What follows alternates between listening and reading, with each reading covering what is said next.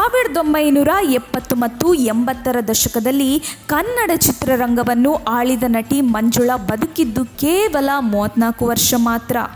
ಪ್ರತಿಭಾವಂತ ನಟಿ ಮಂಜುಳಾ ಇಲ್ಲ ಅನ್ನೋದನ್ನು ಇಂದಿಗೂ ನಂಬೋದಕ್ಕೆ ಆಗುತ್ತಿಲ್ಲ. ಅವರ ಸಾವು ಆಕಸ್ಮಿಕ ಅಲ್ಲ, ಆತ್ಮಹತ್ಯೆ ಅನ್ನೋ ಮಾತು ಮತ್ತೆ ಮುನ್ನೆಲೆಗೆ ಬಂದಿದೆ.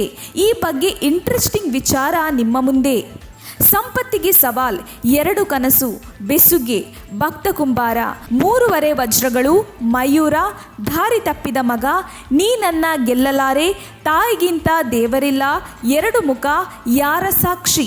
ಈ ಸಿನಿಮಾಗಳನ್ನು ಯಾರು ನೋಡಿಲ್ಲ ಹೇಳಿ? ಪ್ರತಿಯೊಬ್ಬರು ಕೂಡ 100% ನೋಡಿರ್ತೀರಾ. ಏಕೆಂದರೆ ಇವೆಲ್ಲವೂ ನಟಿ ಮಂಜುಳಾ ಅವರು ಮುಖ್ಯ ಭೂಮಿಕೆಯಲ್ಲಿ ಅಭಿನಯಿಸಿರೋ ಆಗಿನ ಸೂಪರ್ ಡೂಪರ್ ಹಿಟ್ ಸಿನಿಮಾಗಳು.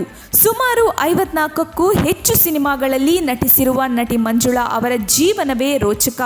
ಏಕೆಂದರೆ ಸಣ್ಣ ವಯಸ್ಸಿನಲ್ಲೇ ದುರಂತ ಅಂತ್ಯ ಕಂಡ ನಟಿ ಮಂಜುಳಾ ಅದ್ಭುತ ನಟಿಯಾಗಿದ್ದವರು. ಮಂಜುಳಾ ಅವರು ಸಿನಿಮಾದಲ್ಲಿ ಇದ್ದಾರೆ ಅಂದರೆ ಸಾಕು, ಅಭಿಮಾನಿಗಳು ಮುಗಿಬಿದ್ದು ಸಿನಿಮಾವನ್ನು ನೋಡುತ್ತಿದ್ರು. ಆ ಮಟ್ಟಿಗೆ ಕ್ರೇಜ್ ಇತ್ತು. ಇವರು ನಟಿಸಿರೋ ಆಲ್ಮೋಸ್ಟ್ ಎಲ್ಲ ಮೂವೀಸ್ ಹಿಟ್ ಆಗಿವೆ. ಮನೆ ಗೆದ್ದ ಮಗ ಇವರ ಕೊನೆಯ ಸಿನಿಮಾ. ತಮ್ಮ ಅಭಿನಯದ ಮೂಲಕ ಇಂದಿಗೂ ಕೂಡ ಪ್ರತಿಯೊಬ್ಬರ ಹೃದಯದಲ್ಲಿ ಜೀವಂತವಾಗಿರುವುದಕ್ಕೆ ಸಾಕ್ಷಿಯಾಗಿದೆ.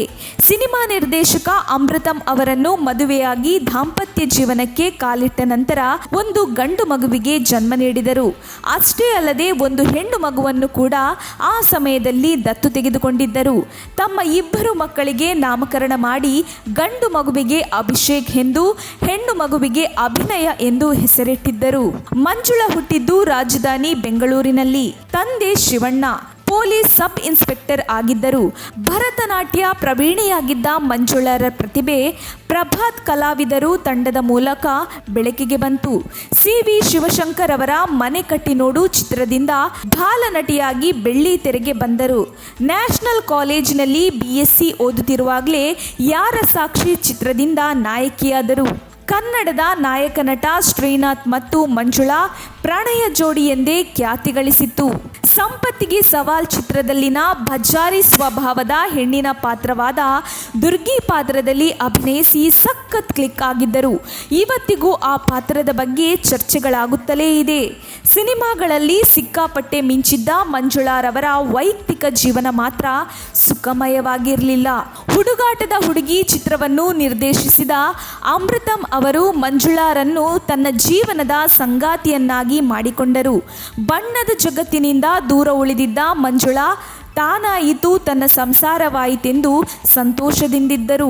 ಆ ಸಮಯದಲ್ಲಿಯೇ ಅವರು ಬೆಂಕಿ ಆಕಸ್ಮಿಕದಲ್ಲಿ ನಿಗೂಢ ರೀತಿಯಲ್ಲಿ ತಮ್ಮ 35ನೇ ವಯಸ್ಸಿನಲ್ಲಿ ಸಾವನ್ನಪ್ಪಿದರು. ಸಣ್ಣ ವಯಸ್ಸಿನಲ್ಲೇ ಮಂಜುಳಾ ಸಾವನ್ನಪ್ಪಿದ್ದು ಇವತ್ತಿಗೂ ಪ್ರತಿಯೊಬ್ಬರಿಗೂ ಕಾಡುತ್ತಿದೆ. ಯಾಕೆಂದರೆ ಅವರ ಸಿನಿಮಾಗಳನ್ನು ತೆರೆ ಮೇಲೆ ನೋಡಿದಾಗ ಹೀಗಾಗಬಾರದಿತ್ತು ಅನ್ನೋ ಮಾತುಗಳನ್ನು ಇವತ್ತಿಗೂ ಮಾತನಾಡಿಕೊಳ್ಳುತ್ತಾರೆ. ಆದರೆ ಒಂದಂತೂ ಸತ್ಯ, ಮಂಜುಳಾ ಸಾವು ಆತ್ಮಹತ್ಯೆ ಅಲ್ಲ ಅನ್ನೋ ವಾದ ಇಂದಿಗೂ ಕೂಡ ನಡೆಯುತ್ತಲೇ ಇದೆ. ನಟಿ ಮಂಜುಳಾ ಅವರು ಹಾಲು ಕಾಯಿಸಲು ಹೋದಾಗ ಏಕಾಏಕಿ ಗ್ಯಾಸ್ ಬ್ಲಾಸ್ಟ್ ಆಗಿದ್ದು ಹೇಗೆ ಅನ್ನೋ ಪ್ರಶ್ನೆ ಕಾಡುತ್ತಲೇ ಇವೆ. ಆತ್ಮಹತ್ಯೆ ಮಾಡಿಕೊಳ್ಳುವಂಥದ್ದು ಏನಾಗಿತ್ತು? ವೈವಾಹಿಕ ಜೀವನ ಕೂಡ ಸುಖವಾಗಿರಲಿಲ್ಲ ಅನ್ನೋ ವಾದ ಕೂಡ ಇದೆ.